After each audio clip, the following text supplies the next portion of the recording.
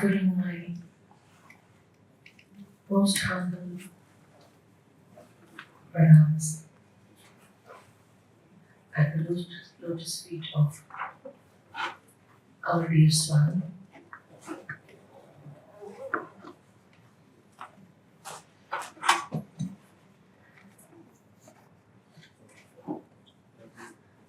I salute to all of you here this morning.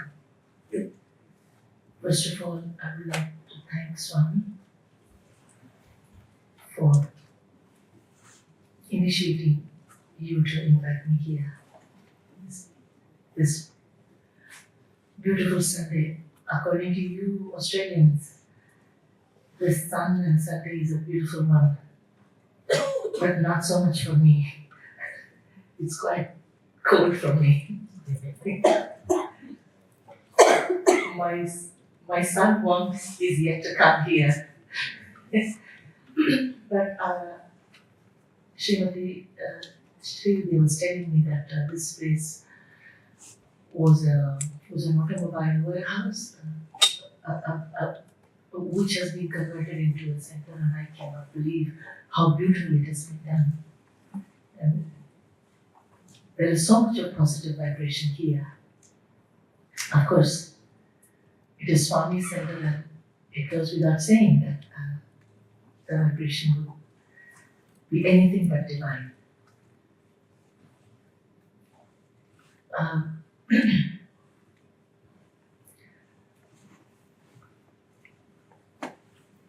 Today I would like to share with you a few observations that I have made from a musician's point of view. The guidelines that has been given to us about bhajan singing. This may be the experience of many of you from books and your own personal experiences, that always Swami, with one stone he would hit 10 mangoes. I'm giving you the literal translation of a saying in Tamil. In Tamil it says, Oru Kallula Pattu Manga. So in one stone, you bring down 10 mangoes.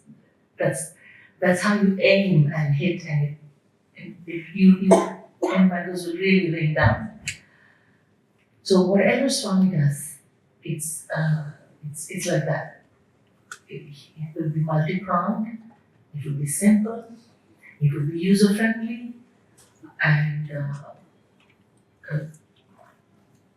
only our laziness would be stopping us from doing that. It will be that simple, that easy. I'll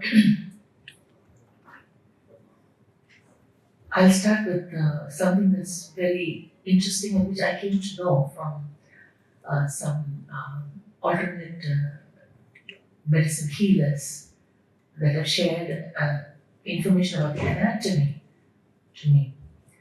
Swami talks of clapping both hands while we sing. It's said that the palm, both the palms, have the nerve endings or nerve beginnings. The palm and the foot, the back part of the foot.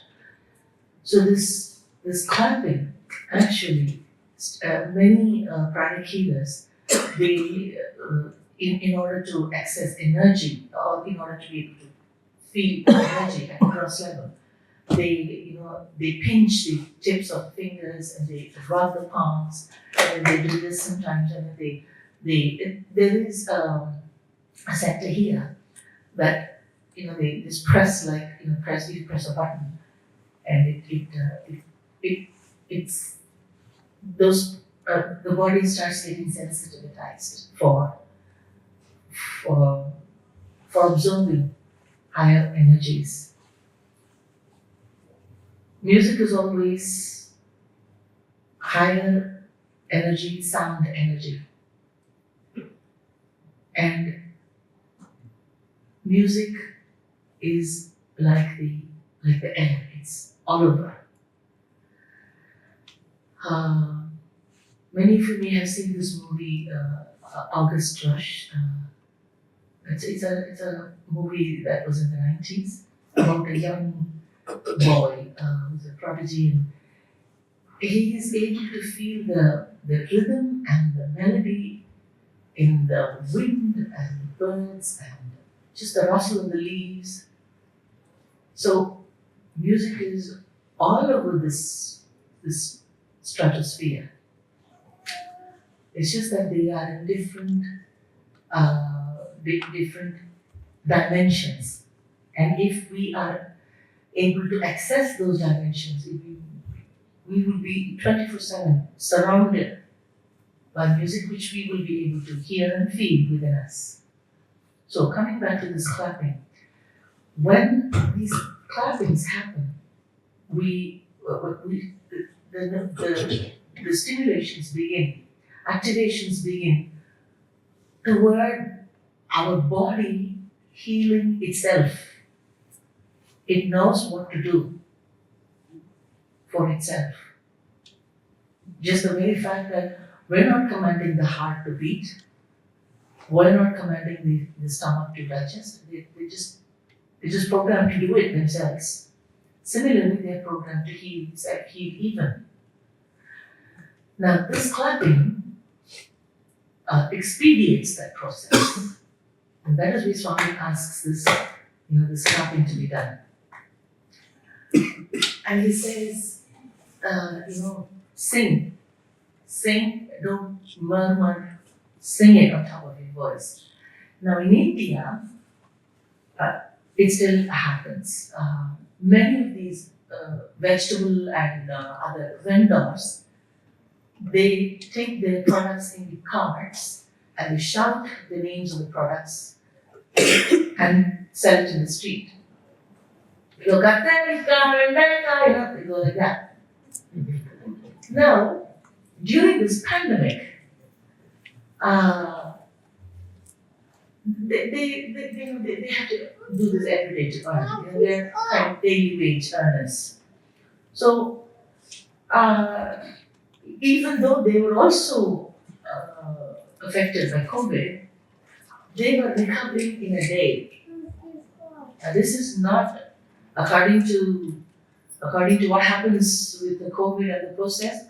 This recovering in a day is not easy or kind of unheard of. But it is my understanding that when this shouting is happening, a lot of breath is needed in the lungs for the sound to be heard, say, in the 10th house. And these lungs are practiced for that.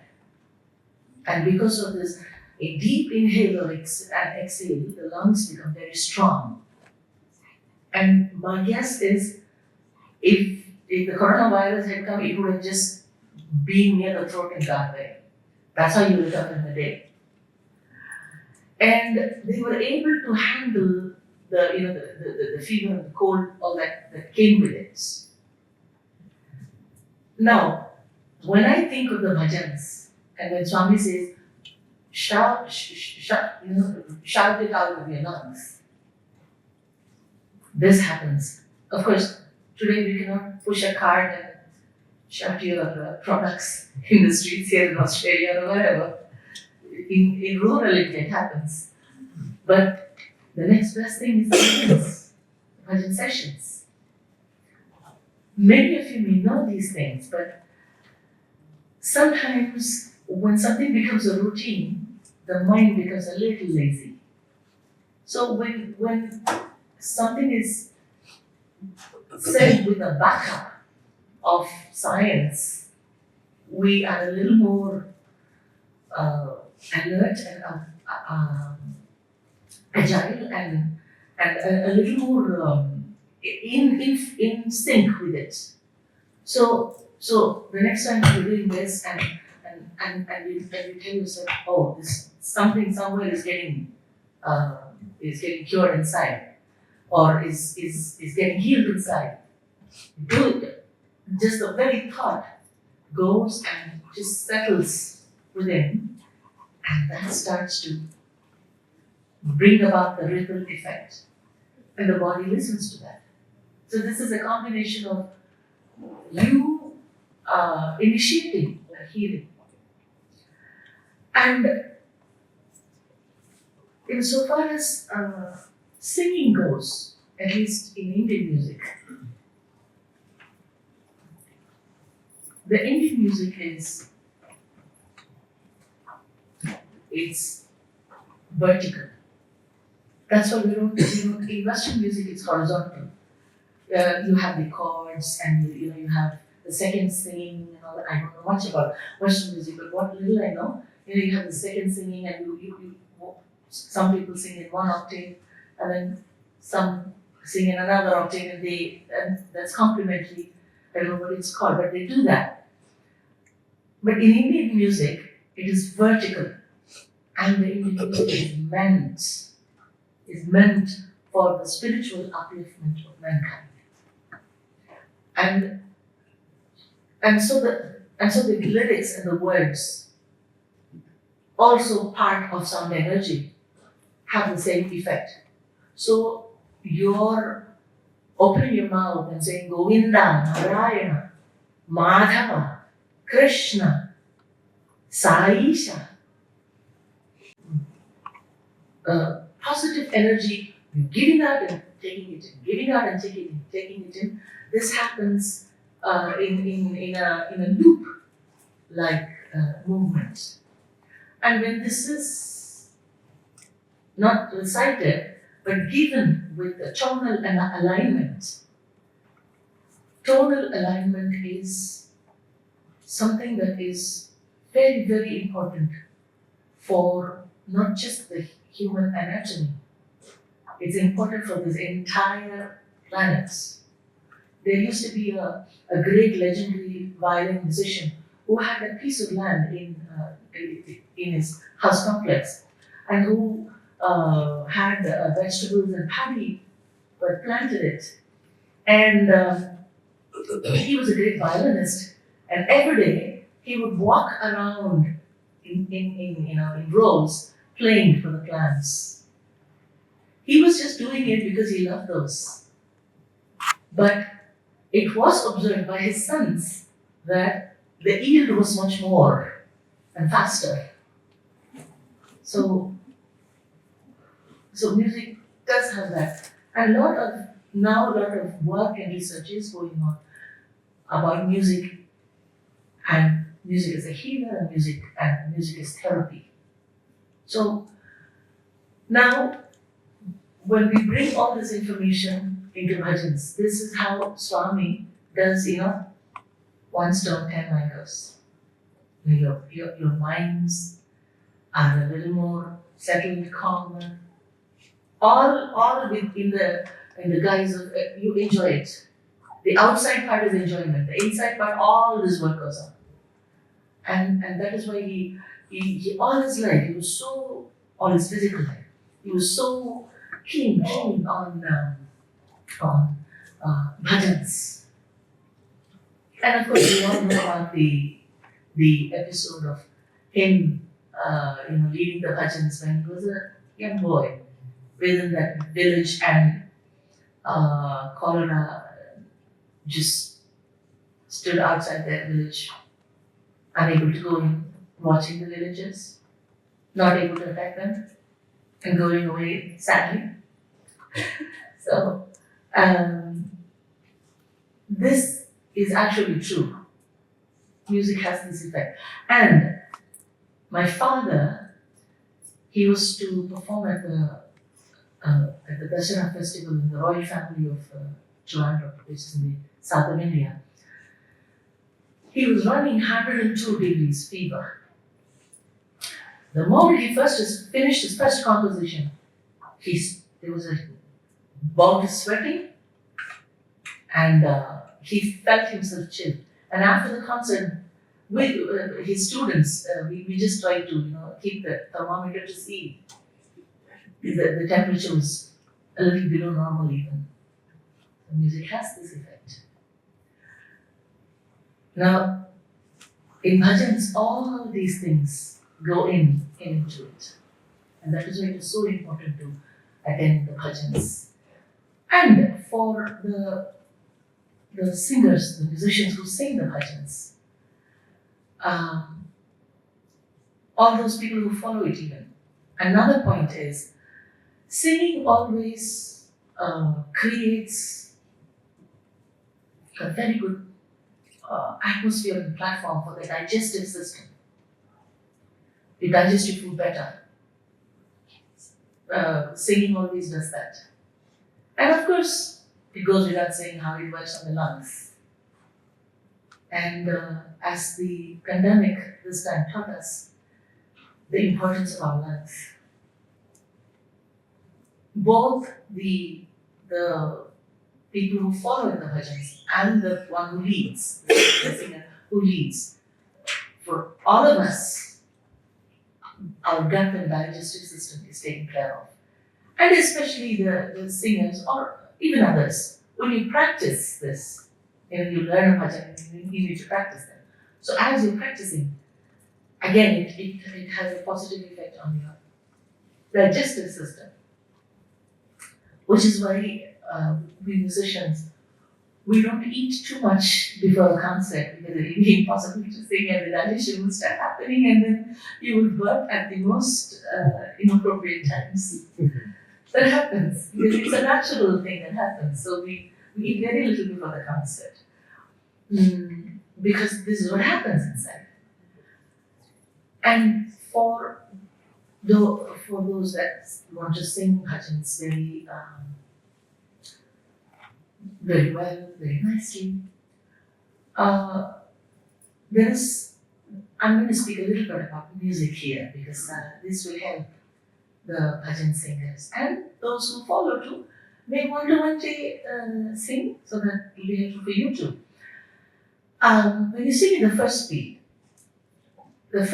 is meant for decoration, imagination. The second speed is meant for the dance effect. Of course, we're not doing a dance, but there's a certain amount of thrill involved in it. And from a musical point of view, you cannot be so decorated in the second speed. I'm just going to sing a little bit and show you what I'm talking about. So, may I have the harmonium? Yeah. You will give me G? Okay. You just go sa, pa, sa, just go. Yeah, that's it. Okay. First, I will demonstrate the first speed, and then for the second speed, I'd like the tabla to fall. Okay?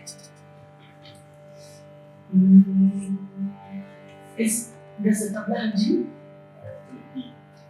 What? E.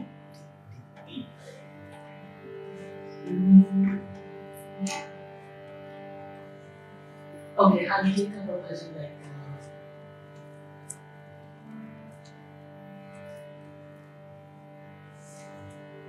Jagat Udharan. Okay.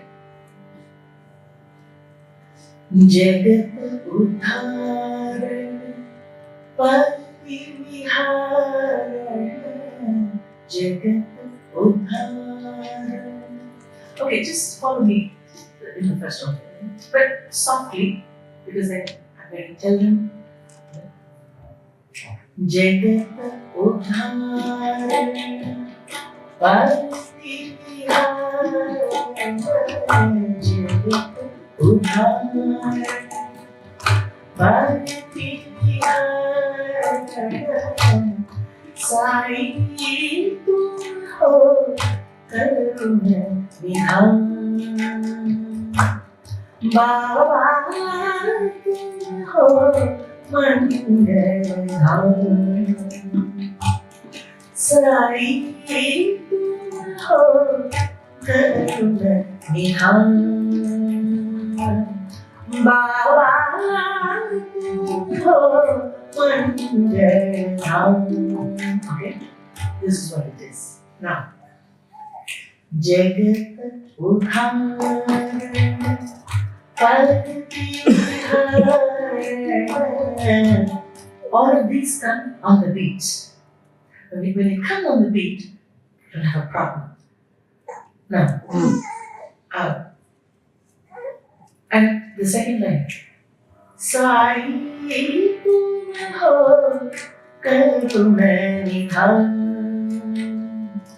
When you sing it the second time. Sai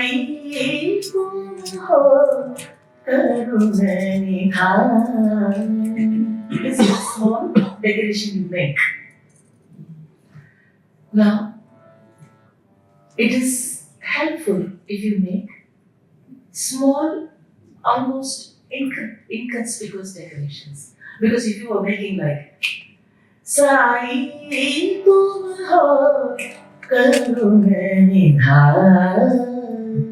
and it's very beautiful, of course.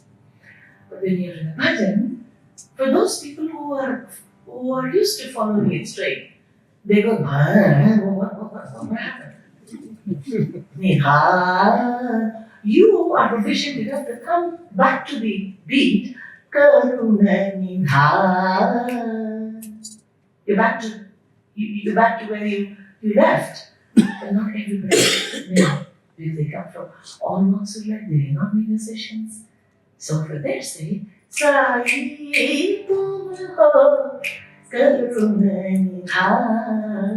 just do that. And one of the most beautiful aspects of bhajans is to be in complete tonal alignment. In fact, you don't even need to decorate, just the tonal alignment. My dad would always say, if just the tonal alignment is there, you have crossed 60% of the way of crossing the way. This is again a Tamil phrase, is a literal translation. So in Tamil they say "Kanadu Tandi," which means you cross the way. So 50% of the job is done. And if you are maintaining the beats, you see the tabla musicians, they are taught to adjust and play without giving away the vocal musician, and they're taught that.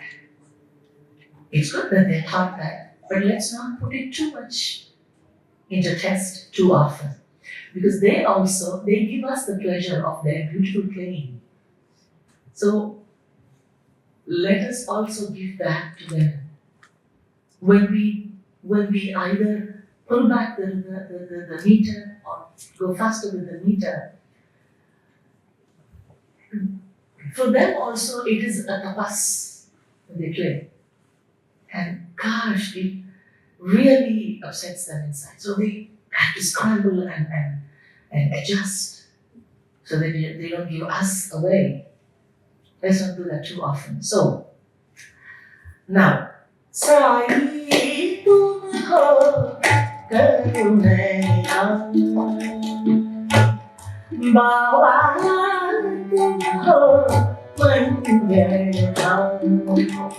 Jai Sai Ram. This is on the left. Jai Sai Ram. They're happy. Jai Sai Ram. And everyone is happy. Jai Sai Ram. Jai Sai Ram. Jai Sai Ram. And this is too much. I just did this. This is too much. Because the ones that follow will go, oh, what's happening? So, Jai Sai Ram, Jai Sai Ram, Jai Sai Ram. That's enough. Jai Sai Ram. Make it plain. If you want to be creative, Jai Sai Ram. No, Jai Sai Ram. Just go. Go there like a dart. If that's just approached on, Dad would always say, when you touch a note, don't touch it like this, touch it like this. Because if you go like this, you could overshoot or undershoot. But you go like this and you practice like that, During practice, 5 out of 10 times you are going to under or overshoot. That's during practice. But when you do the performance, you go right there. Jai Sai Ram. Sai, when I do the sign, you give the card. Then you will know how beautiful it is. When hopefully me internally aligned again in the card, how beautiful it's going to sound. 1, 2, 3. Jai Sai Ram, Jai Sai Ram, Jai Sai Ram, Saga, Sari. So when I do Re, his mind will automatically wander to Bhagavad. Now, you're going to have to inspire him to do that. And he will automatically do that if he hears that Re on the dot. Sai tum ho karunaniham. I'm telling you friends, you're on the dot, you will get goosebumps. The swaras, the notes have a beautiful power. They just completely mesmerize you. Jai Sai Ram, Jai Sai Ram, Sai tum ho karunaniham, Baba tum ho mangalam.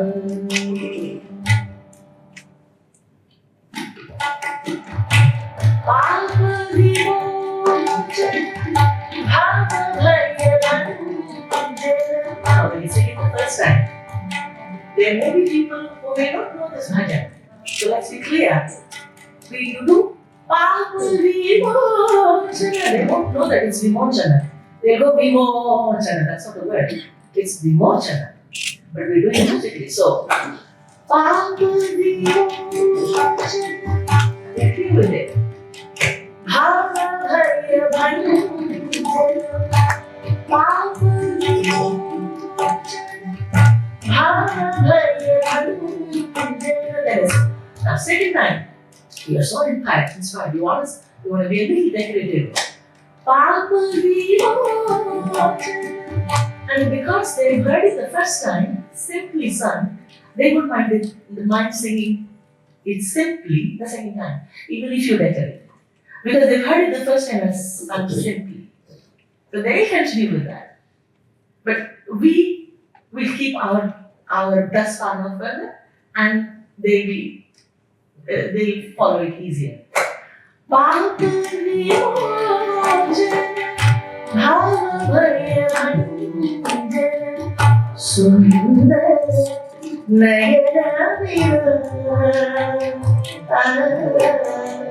Sundar Nayana Vira. The first time. Sundar Nayana Vira. Sundar Nayana Vira. Sai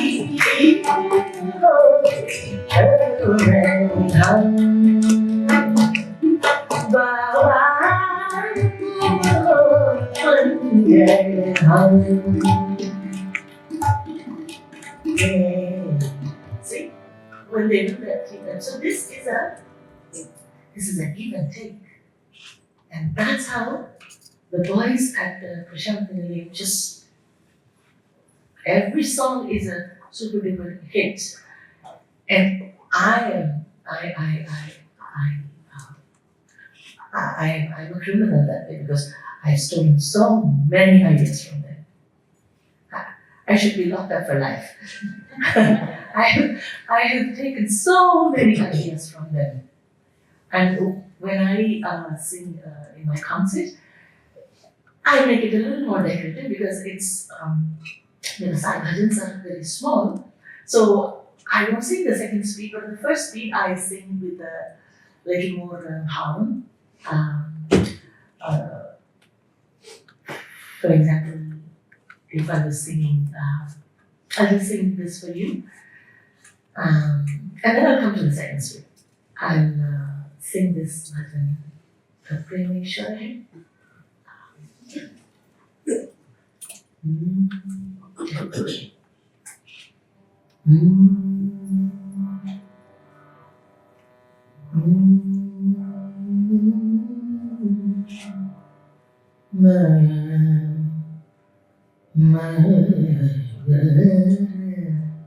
Just hold it on the surface, okay?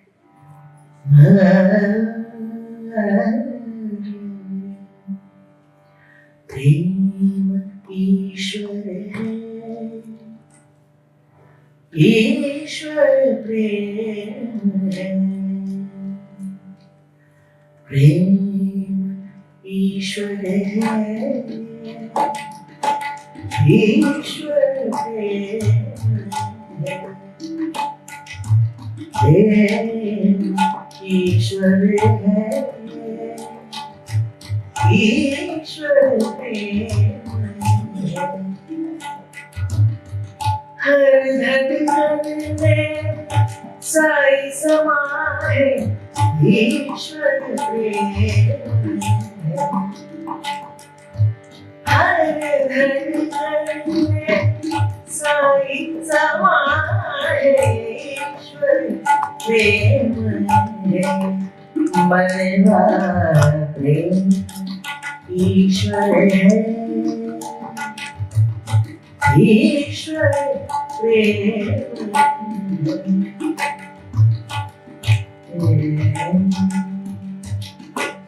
And I looked at some of the lyrics.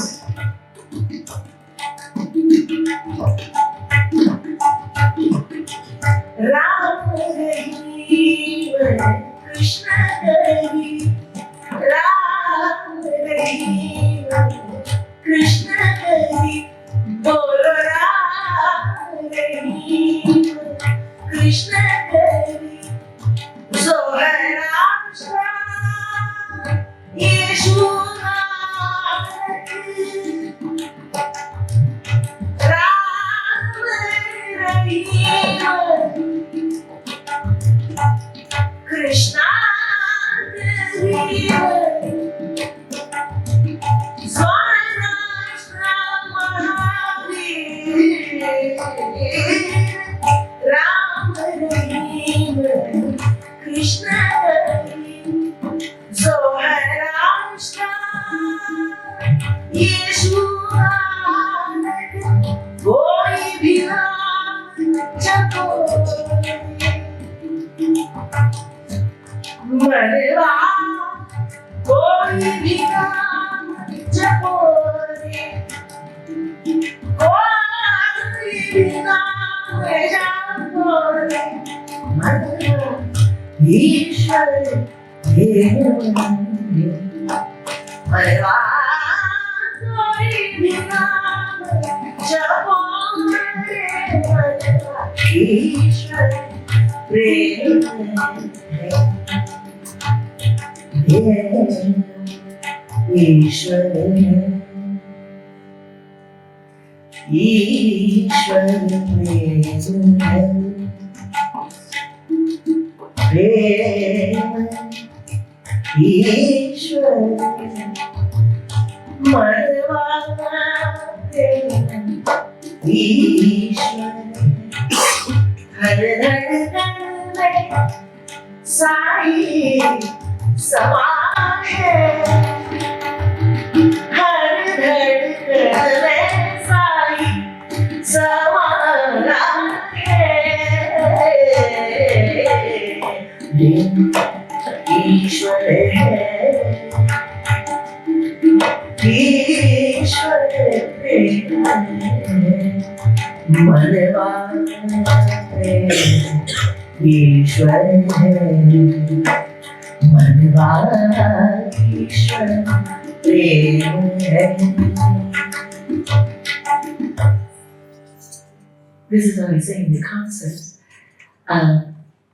because every word is so pregnant with the feeling.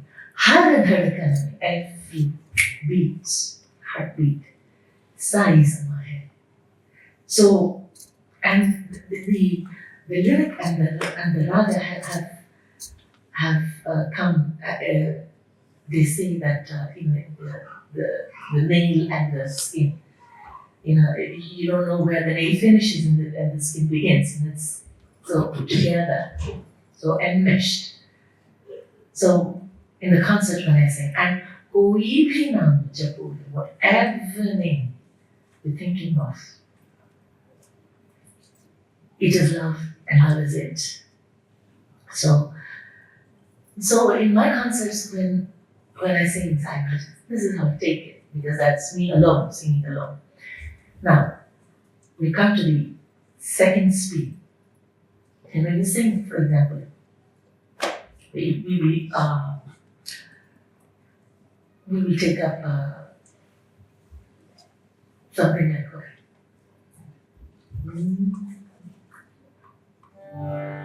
We take something like Krishna Madhava, Madhava Krishna, Krishna Madhava, Sai Hari. No. Krishna Madhava, Madhava Krishna, Krishna Madhava, Sai Hari. Now we go to the second speed. Krishna Madhava, Madhava Krishna, Krishna Madhava, Sai Hari. Now, if you're going to sing it exactly like the first beat with all the decorations, you will have to sometimes shorten the word. For example, it's Madhava. So the Ma is what we call in Sanskrit Dirgham. It's elongated.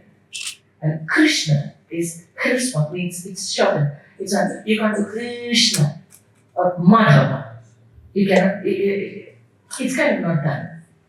But Madhava, so Krishna Madhava, so it's okay to take it not on the beat. One, two, Krishna Madhava, Madhava Krishna, Krishna Madhava, Sai Hari. What is wrong with that? Sai Hari, and it's Hari. So instead, just take it on the beat. Krishna Madhava, Sai Hari. Now, Vrindavan Sanchari, Shamari Gopala. No, Gopala. All of them are, it's not Gopala, it's Gopala. So, Vrindavan Sanchari, Shamari Gopala. Instead, Shamari Gopala. It's not hurry in there. Shaman Gopala. So it's on the beat. 2, 3, 4, 1, 2. Vrindavan. Now. Vrindavan Sanchari, Shaman Gopala. Hema Dhusura, Jayanandana.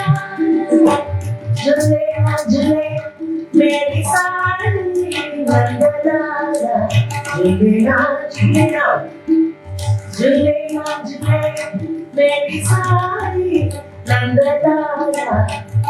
No need to read Nanda.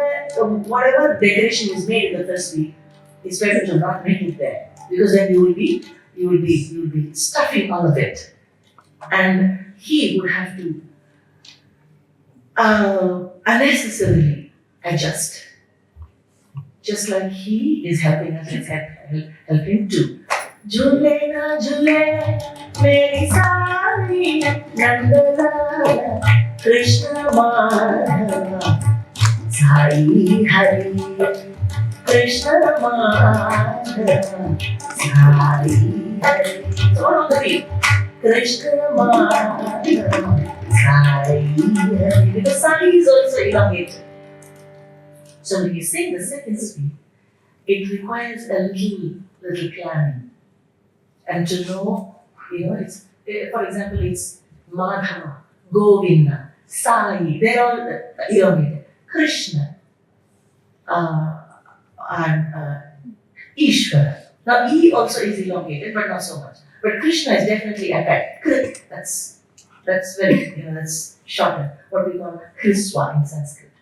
So when bhajan singing is done, all these things, there are very small things, but all these things taken care always brings it. And the boys at Bhakti, they do all this. All this is my observations of their singing, which I'm sharing with you. They're very smart that way. Their first speed goes, first time goes all the way.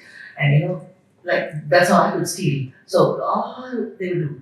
The second speed, they always be very precise. And many times would not do the offbeat.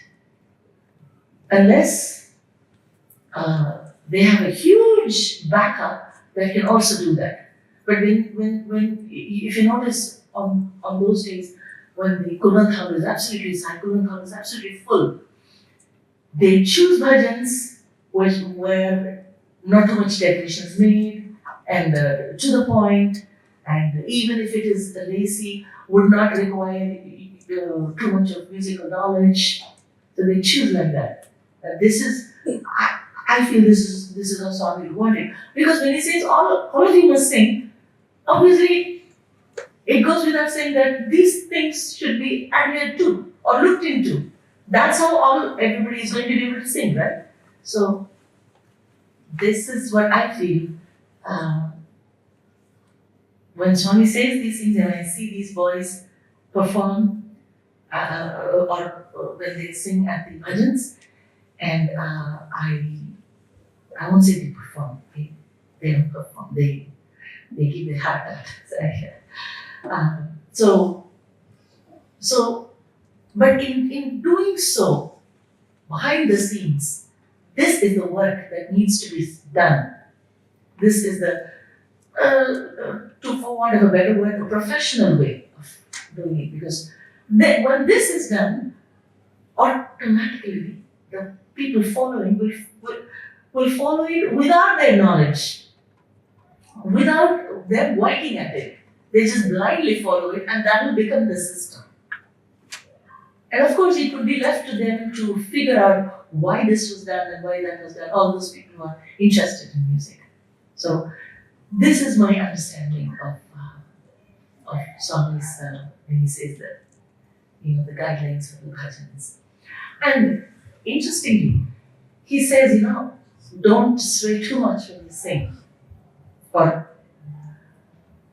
of course, the obvious thing is that you don't draw attention to yourself. Not only you not drawing attention to yourself, you're just disturbing everybody else. And when they see somebody move like this, automatically their eyes are going to go there, right? But from a singing point of view, it helps the spine if there isn't too much movement. Head movement is all right, but if the body is not moving like this and like this, it helps the spine. And it is good for the body to be in good shape. Just like in Carnatic music, we are encouraged to not play the talam on the knee. You're very, very likely to get knee problems before you're 20 or 30, before you're 30. And we are strictly asked to put the talam in between the thigh and the pelvic region.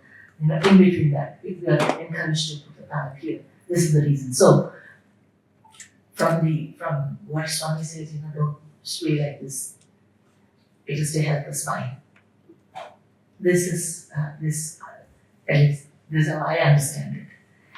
And keep the bhajan session short session. I have seen such benefits in that. When I'm just, warming up, I just want another 5 more, and it stops. Now, this ensures that I'm back for the next session. So this is a smart way, I would say, of Swami handling all this.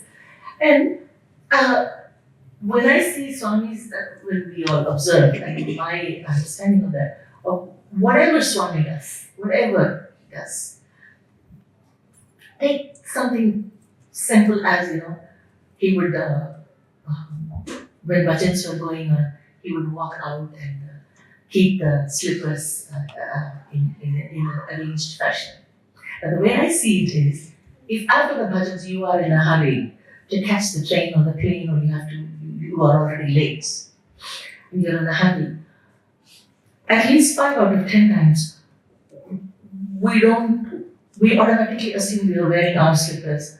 What if you were wearing someone else's slipper? If it was the entire pair, it's okay. But if you were wearing one slipper of one person and another slipper of another person, then that's going to be really painful for anybody. So something as simple as that, I see it. And everything he says, everything he does and shows us is so user-friendly. It saves time, it saves energy, and it helps this wandering mind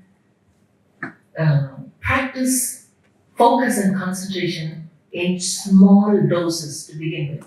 And at one stage, without your knowledge, you're able to, if you were talking in terms of sitting for meditation, without your knowledge, at one stage, you are able to sit for meditation for an hour or two, and not focus on anything else, and just on whatever you're focusing, on just one, that's fine, you're focusing. All these things, goes in to make that happen. Everything. Not wasting food, not wasting water, not wasting,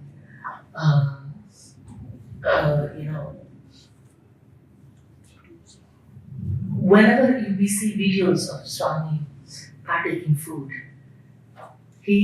most of the time he uses only these 2 fingers. That's all he takes. Sometimes I wonder, let's for a moment not think of him as a God, he's come with so much powers. No, none of that. If we would just humanize him for just for a moment, because that's how we can relate. So it made me think as to how much I need, my body would need, insofar as consumption is concerned. And I have benefited so much. Of course, I cannot take this much as he takes, and at least I've not come that far yet.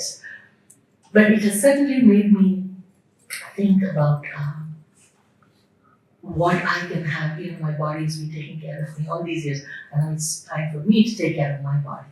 So all these thoughts, he is inspiring so much in so many departments, in so many angles, and finally, when I practice and maybe have success in at least 1 or 2 of those things, I see I'm left with so much just because I did something what was just needed, and I'm left with, suppose I needed only say $10 for something, and previously I was without thought $100 were getting spent. Now with this awareness, everything just finished in $10, and I still have $90 left for whatever. In turn, I just say dollars, but I'm talking about energy and which is why I suppose the great Mahatma Gandhi said, there's enough for everyone's need. There isn't enough for even one man's greed. So it makes a lot of sense. And whatever Swami speaks, he speaks only just so that we are able to understand everything simplified. So this is my observation from the point of view as a musician, and also as any other person who's trying to live, trying to please Swami. And I find that trying to please him, first of all, I'm getting pleased. So I think that's why he keeps on saying, forget about understanding me or whatever. Just try to understand you first. Because there is so much value. And whenever we do these things, this is for those, that includes me too, for those that miss him physically now. A lot of people are still missing him physically now. But whenever we do something like these things, like just keeping the slippers, and at that moment you're thinking of Swami, and thinking of Swami. That's how I think this constant integrated awareness begins, I suppose. And you're always with him. You're always with him. That's why he said to a young devotee, when the boy said, Swami, you must always be with me. He says, no, that's not the way to pray. Pray that you must be with me, because I'm always with you. So if you say, Swami, be with me always, it's already there. So we're not actually gaining anything, because he's already there. The smart prayer is, Swami, make me be with you.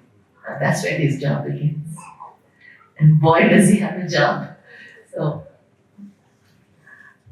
and I have, especially when I taught at the Nirpuri College,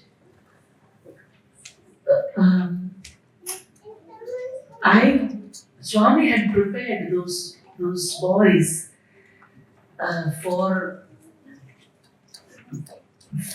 in such a way that my job was just so easy. From the way they sat and learned, and they were asking how to memorize, and they were asking about how to build muscle memory insofar as music is concerned. All this was such a wonderful, it was a blessing for me to be able to do. I'm just going to wrap this up, and thank you so much once again from the bottom of my heart for this beautiful blessing, for all your presence, and thank you, Swami.